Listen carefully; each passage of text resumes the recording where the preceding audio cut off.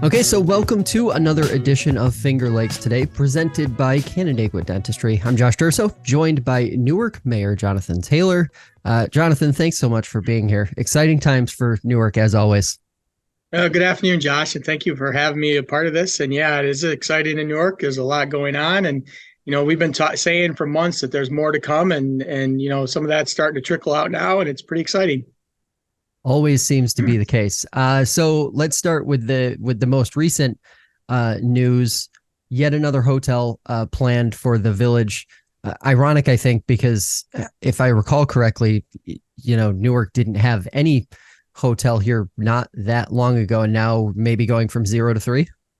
Yeah, it's interesting. Over a year ago, we were sitting down with 3 different developers of hotel projects. We had the one in the DRI, which is a hotel and conference center, which we have very much heard from our businesses and residents that we need.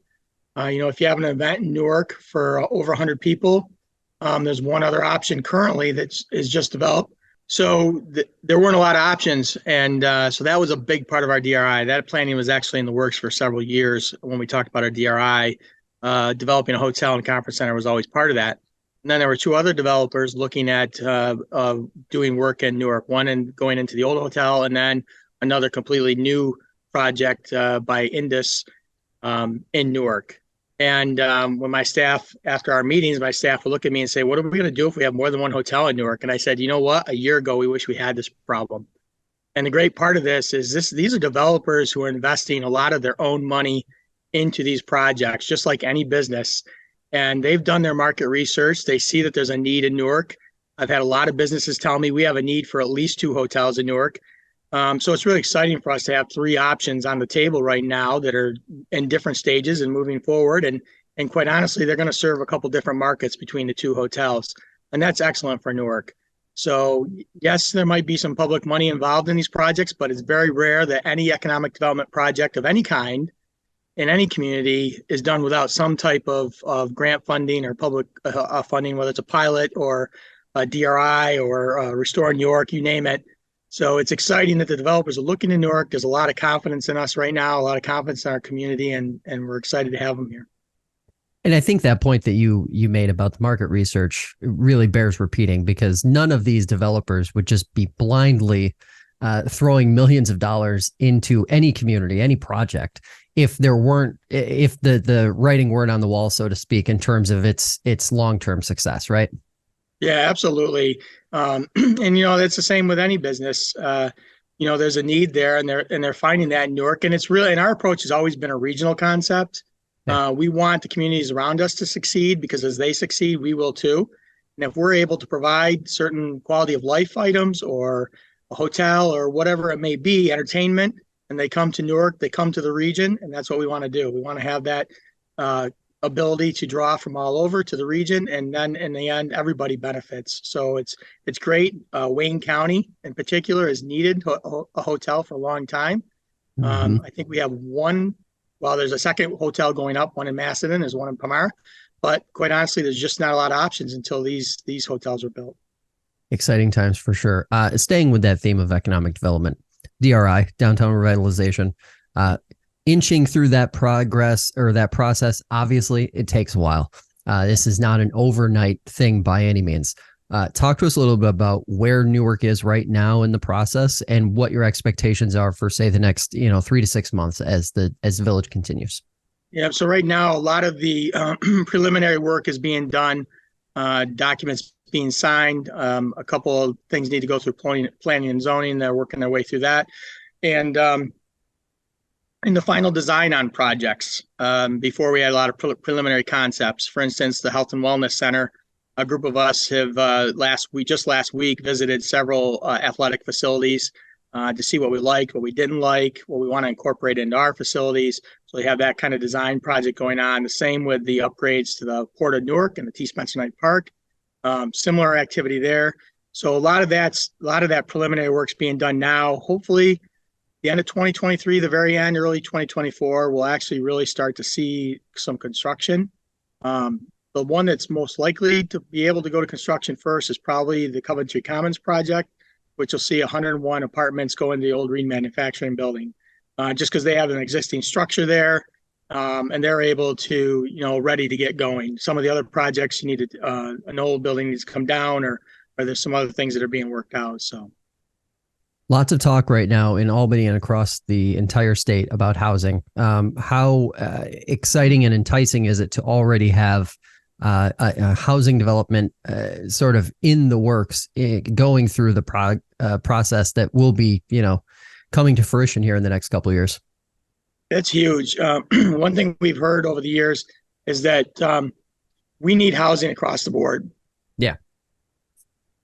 Excuse me. From housing for young professionals to those who would like to age in place. Right now, the hospital, the school district, Creation Technologies, a lot of different businesses attract young professionals, but yet they may live in another community because we don't have the housing that attracts them, or they're looking for different quality of life aspects. Same with seniors, with our senior population. Yep. Right now, we don't really have the low maintenance or no maintenance facilities that they can live in and stay in this community. A lot of times they move to Canandaigua, Victor, Farmington, other places.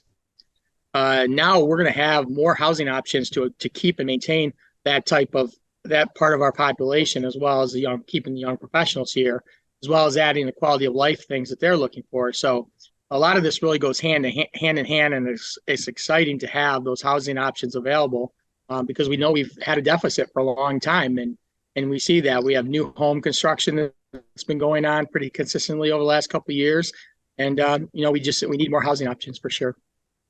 And obviously, infrastructure has always been this really interesting. You guys have put such an emphasis on it, and you've planned so diligently, literally over the course of a decade or more, I think, judging from some of our previous conversations. And you just seem to racking up these grant wins and things like that allow you to be able to improve different things on the infrastructure side. Water reservoir replacement was one that I believe was announced late last year. Talk to us a little bit about that. So the Ellerton Reservoir is our reservoir. It's up on the hill behind the Wegmans Plaza. Right now, it's an in-ground storage. It basically is a bladder. For lack of better terms, it's kind of a large swimming pool with a cover and a liner. And it's in rough shape. We spend about $20,000 a year to repair that cover.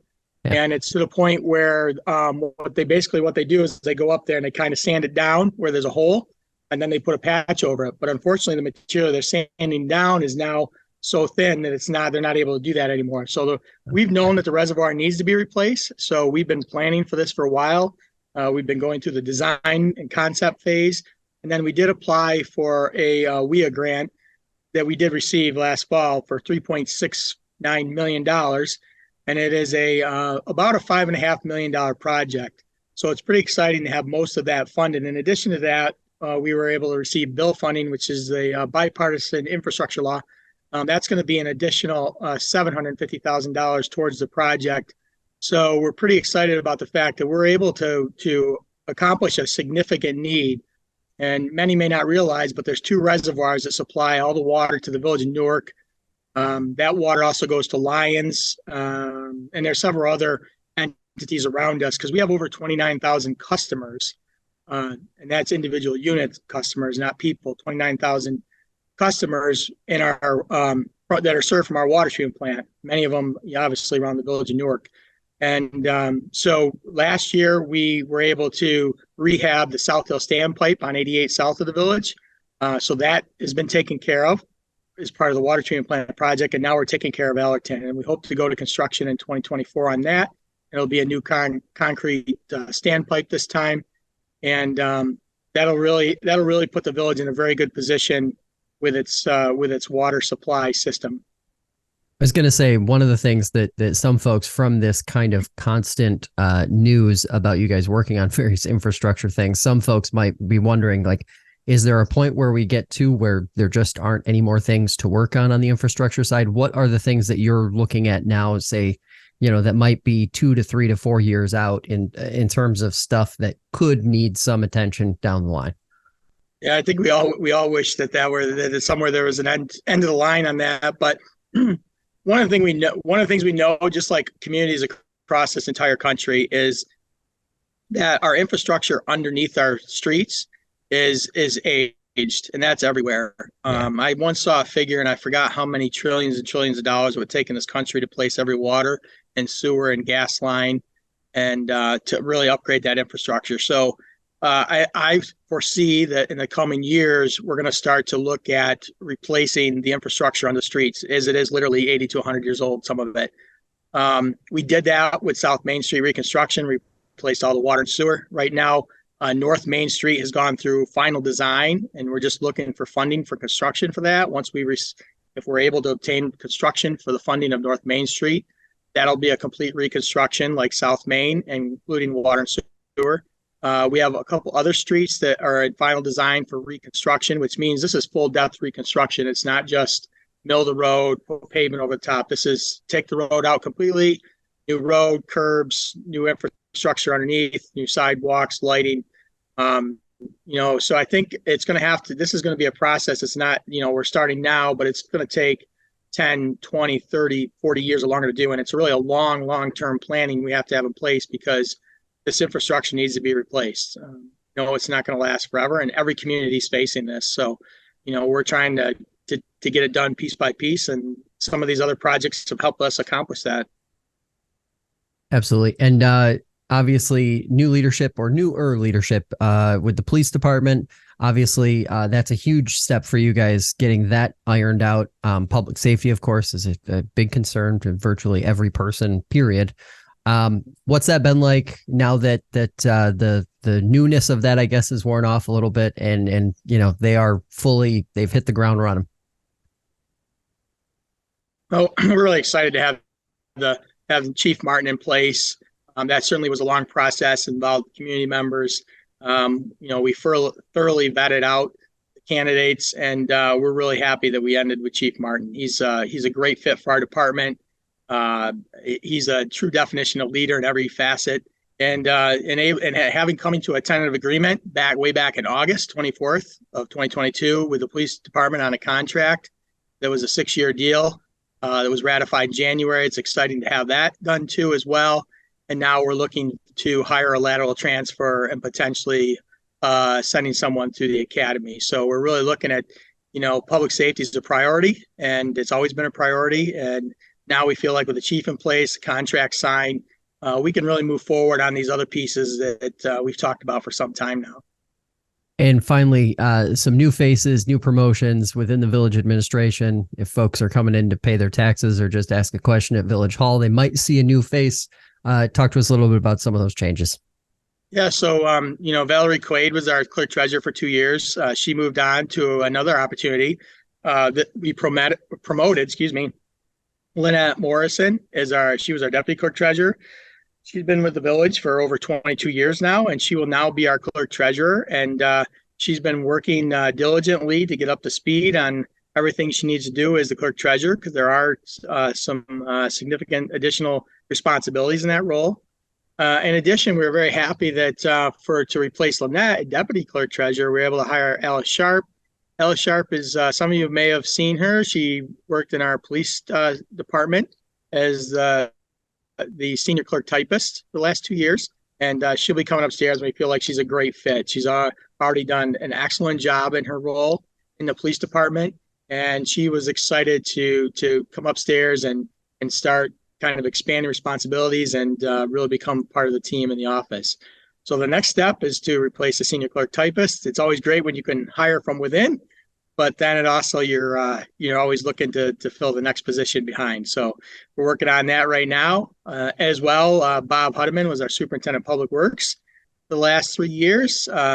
He was offered the job on the I-81 project in Syracuse for an engineer. That's kind of a dream job in a way. So he took that opportunity. He's still working for the village part-time on major projects, which I really appreciate because we have so much going on right now. Bob's talents and understanding of all these projects and engineering agreements and things that need to happen is really an asset to the village. So we're happy to have him on part-time, and we're looking to fill his position with a full-time individual. So a lot going on in the village, a lot of good things, and we have a great team. So we're pretty excited about that. Awesome stuff. All right, Mayor, appreciate the time. Thanks so much for taking it today. We will be talking to you soon for sure. Thank you. Have a great day. That'll do it for this edition of Finger Lakes Today. If you'd like to see more conversations like this one, check out the show on your favorite podcast platform or subscribe to the FingerLakes1.com YouTube channel. Have a great day, and we will see you next time.